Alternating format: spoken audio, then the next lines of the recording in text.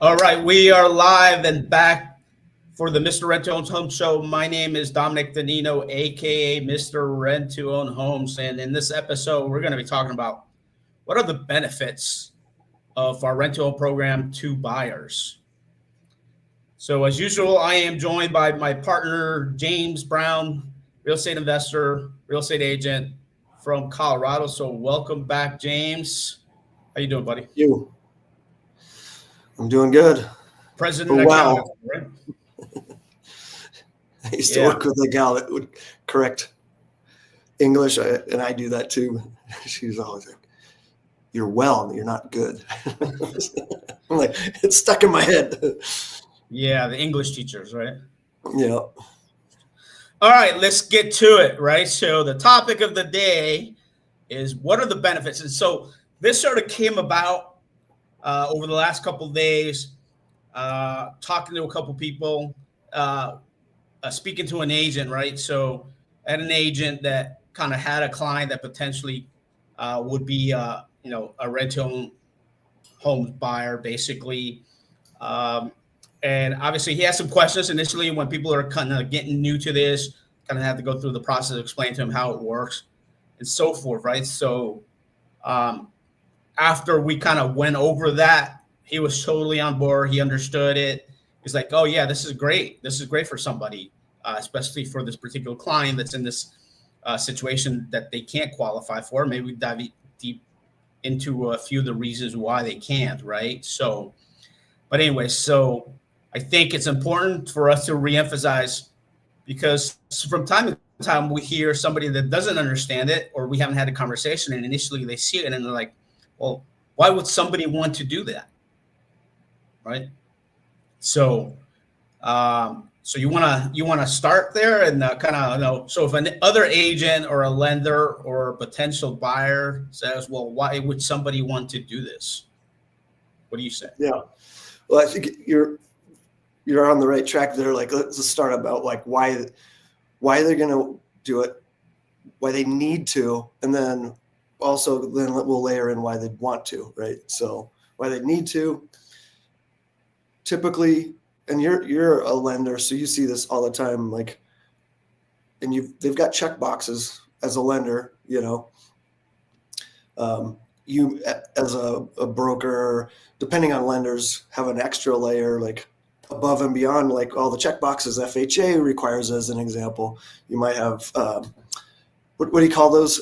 Overlays. Yeah, overlays. Thank you. Lender overlays. Exactly. So if somebody doesn't check all the boxes, they have no other choice. They're not going to be able to buy a house, right? So that's the basic thing. So why they can't qualify, there's multiple reasons. Usually people think, oh, it's bad credit. And it's not always. Ideally, they don't have any credit issues, right? Typically, what's a best fit is somebody that's self-employed. They need a full 2 years taxes and income to be able to qualify. So, and there's a lot of self-employed people these days, right? It's becoming more common. And so there's more people that can't buy houses because banks don't like self-employed people as much as stable W-2 employees. So. Yeah, so our economy has changed, right? We're not in the 50s anymore, where the way that people used to get paid was, hey, they punch in, punch out, they go to a factory, work 40 hours a week, work on the assembly line, and that's basically a lot of mortgage programs came out of that period, and that's really hasn't evolved a whole ton, right? There's some newer stuff out there, but generally, like the government-backed stuff. They are looking for predictability, stability, right? So they are as risk adverse as they can possibly be, right? But so they're not geared for somebody when they're self-employed, they have their own business, they have fluctuations in income, right? There's not a steady, right? If you're running a business and you're selling cookies or you got a bakery, right? Your revenue for 1 week or for 1 month may vary from month to month based on seasonality, based on various factors, based on your location. So there's not there's no predictable way of knowing exactly month to month. So when it comes to lending, they look at overall average, right? So they'll take either a 12-month or a 24-month period to kind of average out what your average is per month. Well, there are fluctuations with that. So let's say you had a killer year last year, and this year's not as bad. I mean, not as good, but it's not bad. Well, the lenders won't average out the good year with the lower year. They'll take the lower of, right? So now that keeps somebody from qualifying, where if you took the average, then technically they would qualify for more, right? So there are these little quirks involved when somebody doesn't have a predictable W-2 hourly rate, 40 hours a week, that kind of keep people from getting qualified, right? The other thing is, being an entrepreneur, even if you got an MBA in business administration, right? They don't really teach you the skills to be a business owner. You end up having to learn as you go, right? So I'll give you an example. So this particular client, the situation is they don't have a 10-year history of business. They're only about 28 months in, right? So a little bit over 2 years. However, they're doing well, but along the way, nobody coached them and said, hey, you know what? Out of all this income that you got to do, you got to set some of that aside because you're going to have to pay taxes. Well, they didn't do that, right? So when tax time comes, they owe taxes. They owe the IRS taxes. They owe the state taxes, right? And so that shows up on your credit report. You have a tax lien. It's called a tax lien. That thing doesn't go away. Tax liens, if you file for bankruptcy, do not go away. Right. You can't discharge those things, even if you wanted to. Uncle Sam wants his money. They want their money, right? The government's going to get their money. So nobody coached them along the way to say, hey, you should have done this. And so they don't end up finding out until a year or two, because the first year they're happy that they're business. They're busy. They're not, they didn't get coached because nobody at the beginning said, hey, you must do this stuff, or they didn't get locked in with a CPA. Usually if people start a business or a side hustle, hey, let me just start and kind of see what happens and things get going, but they're not thinking of these things. And then tax time comes along, and I was like, oh, why did nobody tell me I owe taxes on it? Well, it ain't free money, right? Yep. You got to pay your part. So anyways, so this is what happens. Yeah, that's common. Right? These kind of things. Nothing wrong with the individual. They're not deadbeats, as most of the time people think, oh, well, it's got to be just quote unquote deadbeats or people that are not financially savvy or bad credit and so forth, right? Now it could be bad credit too, but so there are multiple things that come along with people that are in business for themselves that learn as you go. Right. So he learned a lesson. I was like, oh man, I got to just start setting money aside. Right. So, and now I'm behind, and I don't want to take that money out of me running my business. I can only pay it in part. So working through that process so that they can get right with their taxes. So that way they can qualify down the road. But in the meantime, doesn't mean they're going to stop doing business. And doesn't mean they don't, in the meantime, they want to own a home instead of currently renting. Right. So they want to move into something that, hey, I want to make this my permanent residence, or I want to call this home. I want to have something to come back into. This is why I work so hard for, right? So our rent-to-own home programs gives them that opportunity to kind of start the path to home ownership, basically, right? So we're just a bridge for a period of time until they can get mortgage ready, as we call it, right? So that way they can go get their financing. It could be a year, 2, 3, 4, 5, potentially, right? So that's an example of why somebody that's self-employed would do this, because, hey, if they wait in a year or 2 or 3 or 4, when they've gotten all of that fixed up, the property that they think they want today isn't going to be there. Right. No.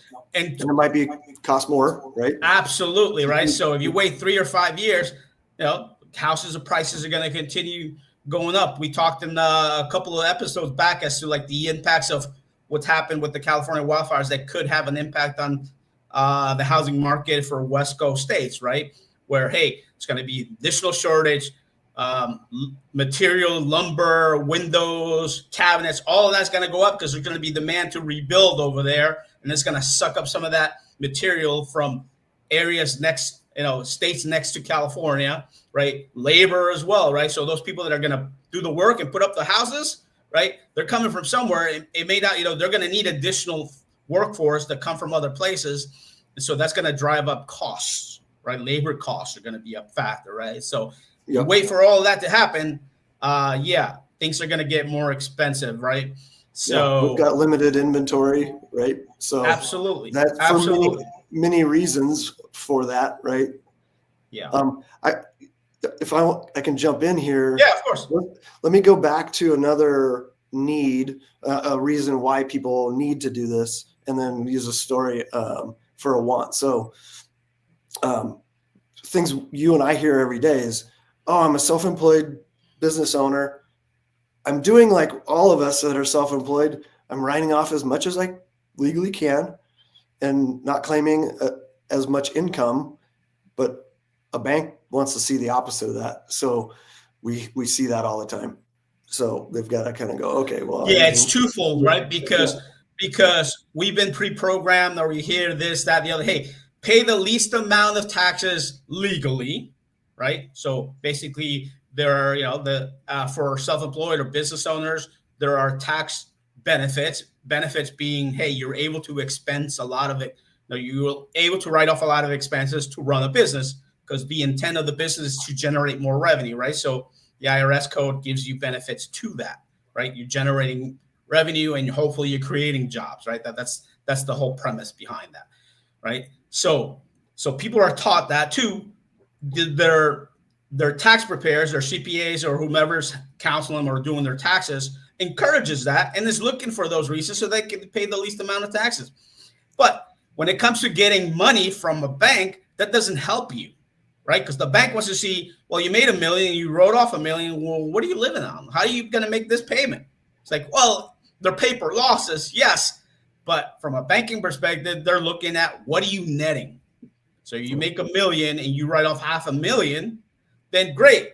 You're left with $500,000 to live on and make this payment on this house that you want, right? Or this car, whatever that may be, right? But if you roll all of it, it's like, well, they look at you like, well, you're broke on paper, right?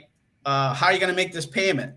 Or, so they want taxable income from it when it comes to being self-employed, and they use that to qualify you.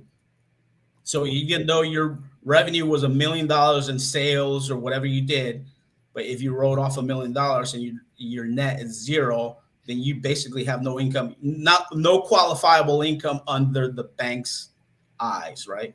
And in their view, you are not bankable, as they say, or you're not mortgage eligible. So that's a problem. Now, for those that understand and are in the mortgage business or whatever, there are some programs that are more flexible, but I'm talking about like FHA conventional programs and VA programs. Anything that's backed by the government requires net verifiable income. There are other programs that are going to be more flexible. So we do a bank statement loan, but you're not going to get market rate, right? So if rates are at 7% on the non-conforming, we call non-conforming or non-QM, those programs that are flexible, that it'll just take your 1099, your 12-month average on your bank statement, you're not going to get, if market rates are 7, you're not going to get 7, right? Those are going to be 8.5, maybe 9. So they're going to be higher than market rent because you're not considered an A paper, right? So if you fall into the conforming box, then you're sort of A paper. But anything outside of that is non-conforming. So somebody's willing to lend you money, but they're looking at it, well, you're a higher risk than somebody that fits into the box. So we have to adjust our pricing according for that additional risk. Exactly. Right? So you're not going to get the best rate. You can still get it, but you're not going to get the best rate, right? So yes, those programs are available, and I know agents know this sometimes, and they know lenders, but the pricing is not the same. So could we do that as a plan B? Absolutely, right? So that's kind of the path that I take them down and say, hey, can you fit into box A, or are you a box B or C or D or whatever that may be? We just kind of follow that path. If we can get you into a conforming box A, you qualify FHA and conventional, then yeah, rent to own is not for you. You should be trying to do a traditional loan, and then look at if you don't fit into that, then that's a discussion with us having. It's like, hey, maybe we can get you into a box B or a box C, and rent to own is a plan, a backup plan, right? As a last resort, and say, hey, none of these boxes fit, because not only do you not have verifiable income from a tax returns, we're using banks, and on those programs, they also need credit, and they need high credit scores too. So they need a 700 credit score, and you can't qualify because of your tax returns, then now you're out of plan B also, right? So maybe your credit score is 680, you don't fit, right? So we start going down these paths, and then there are other things. Oh, my ratios are too high because I got child support too, right? So an additional barrier to entry, right? So, so we kind of follow these paths to see what box we can fit you into. Obviously, giving you the benefit of the doubt in trying to get you into box A first, then B, then C, and D, and so forth. So, you want to continue on and kind of go over additional benefits to a buyer? Yeah, let's get more into like the want side of it, and I'll use this as an example. So, had somebody come to me. They were moving from Arizona, where you are, I think, New Mexico. It's all the same. Anyway, it was a job transfer to Colorado. Guy made good money. He worked for Lockheed. It was a job transfer.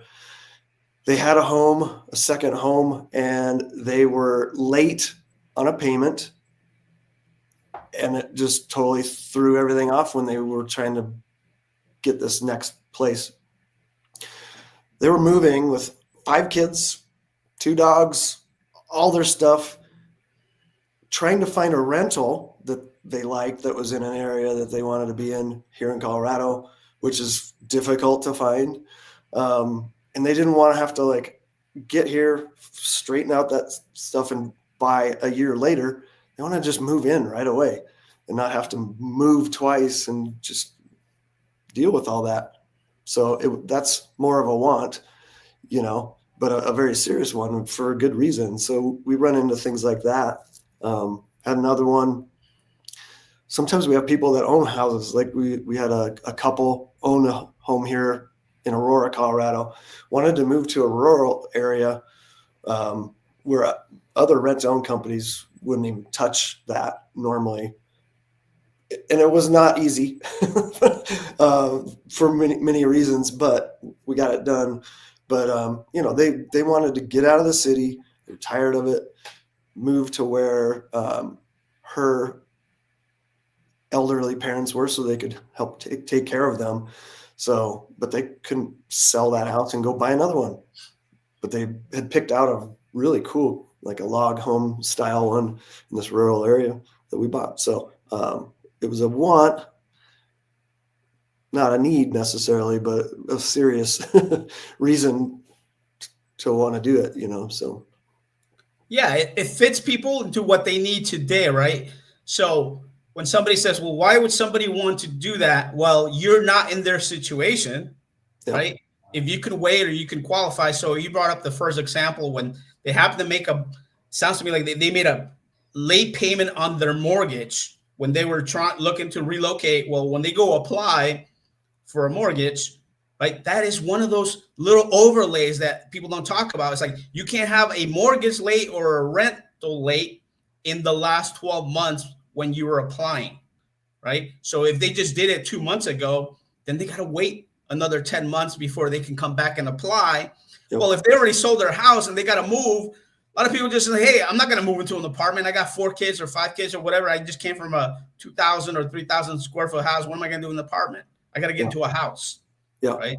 So this kind of fits their need today. And then, okay, we get you in, and now let's deal with the waiting and fixing whatever that's keeping you from qualifying today. Yeah. Yeah. And another good point is the intention is for them to buy it, right? They've moved into it. They've put some money down, got in it. They can fix it up however they want. Wife doesn't like the color of the kitchen. She can do whatever she wants. Add a deck on the back. Anything really goes. I mean, they have to run it by us, make sure it's not something crazy that's going to devalue the house, right? But they can make it their home, like become that homeowner, not renting where it's just a temporary thing, right? Yeah, so we give them the opportunity to make it their own, as you say, right? Because their goal is to keep it and make it their house because they picked it out. It isn't one house or two houses that we have in inventory or three houses and say, hey, only choices are one of these three here, right? Yeah. With our program, they have the ability to pick the house that they want. Now, obviously, it has to be a house that they can also afford, right? So yes, they may want the $1 million house, but if they don't qualify, they're never going to qualify for $1 million house because they don't have that kind of income, right? And then obviously we wouldn't put them into that, right? It has to make sense that they can afford it because we don't want to put somebody in a bind that they can't afford it and then they're going to be out anyways, right? So, and then when it comes time to getting their own financing, well, if they could never afford the $1 million house, they weren't going to get a loan for $1 million. Then why would we even start putting them into that situation? They're going to be set up to fail. So that is the advantage of me being a lender and being able to kind of look ahead and see, okay, what are going to be some of the things that are going to come up when you go get your own financing? Let's address them now, or let's get that fixed because you're going to need that, right? And so obviously affordability or something that your income makes sense that is going to qualify down the road, then okay, then yes, you can afford it and you can pick out up to a certain amount, right? So we go through that process of qualifying them so that way we can make sure that, hey, you can afford it. You're going to be able to meet the lender's criteria when you go get your financing because we've checked on your income. Now, hopefully your income has gone up and then it makes it easier to qualify, sure, right? But at least we're doing our part to make sure we're setting them up to succeed by checking and make sure that they can afford. I know a lot of rental programs, they don't even bother checking. They don't even know what to look for, right? Because they don't do this, right? They don't do this. They're just saying, hey, we'll take your money. If you pay, you pay. If you don't pay, we'll boot you out. We'll keep the money. And then good luck, right? If you get it done, if you get to the finish line, great. If not, that's even better for them, right? That's not how we operate. We want you to get to the finish line. We have a vested interest in you getting to the finish line. It's just better business. Yeah. I would put a pin in that because that's a lot of people they've heard bad things about rent-own because of those buyers not being set up for success, not running the numbers for like exactly what you just said. And that could be a reason why the two big players in this industry are gone. They've both ducked out of the market. There might be other factors in there, but we hear stories. We're in the business and we do it the right way, doing good business, helping people. So, yeah, absolutely. Right. If they don't have a vested interest in your success as a buyer, they're really just an asset manager and they're just collecting houses. Right. Yeah. And then they're hoping that people fail and then go do it again. That's not our approach. We don't want to collect houses, right? We just want to help bridge people. Now, so it's not done for free, obviously, right? It's not done for free. You're an agent, you get paid. I'm a lender, I get paid, right? But we're giving somebody an opportunity to get something that they can't get today, right? Another thing that came up in this conversation was, what is their payment, or is their payment going to be like market rents, right? So if somebody says, hey, I want that 3,000 or 2,000 square foot house, but the house next to it is being rented for, let's say, I don't know, $2,000. Is my payment going to be the same, right? Or is it going to be market rents? Well, those are two different things, right? So you could be a tenant, and that landlord isn't going to sell you that house, isn't agreeing to take your $2,000 a month and let you buy the house for a fixed price today, in a year or two, or when the time, they're not intending to sell it, right? They're intending to hold it for 30 years and put in the next tenant and the next tenant and the next tenant, right? So when we qualify you, we want to make sure that you can afford the payment that you're going to get when you go get your financing. Because if I give you $1,000 payment and your payment when you go get your financing is $3,000, it's going to be a problem, right? Because you probably couldn't afford it, or you don't have a history of making that kind of payment. So we try to match it up to what your payment would roughly look like. So that way, when you go get your financing, we have proof and documentation that you made that payment for a year or 2 or 3 and you can afford it. And we document that and we provide that to the lender and say, hey, they can afford it. They made the payment on time. It's well within their means, and it makes it easier for them to qualify. Yep. Great point. Any additional thoughts here before we wrap it up? We're going to try to keep this one short today. Yeah, I got to take off here. So I think we covered the basics. If anybody has questions, heard rumors about how this all works, and they're tentative lenders or agents, we run into people in the business like we are that don't really understand it and want to make sure first that they can help clients that they normally couldn't, and both protect those clients and themselves, and know that they're going to get paid both as lenders and agents. So we could talk, that could be a whole other episode, but yeah. And as you mentioned, right, sometimes we have to protect people from themselves and say, no, you can't afford that house. That's not the right house. Let's find you something that's more going to be in your price range or more affordable to based on what your income or what we verify or what you're telling me, right? We're trying to keep people out of trouble too, right? Because it's not good to be able to say, hey, well, too bad, so sad, and then you never could have qualified that, and then it's just bad business.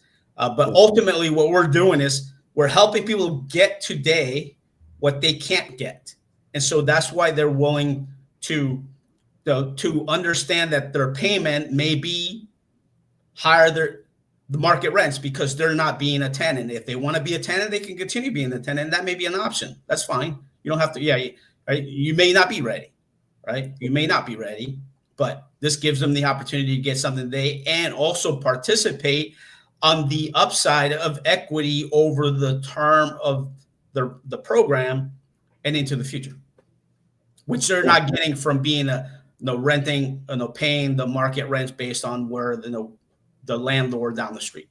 Yeah, we can definitely. That equity goes to the landlord. It's not going to you. Yeah.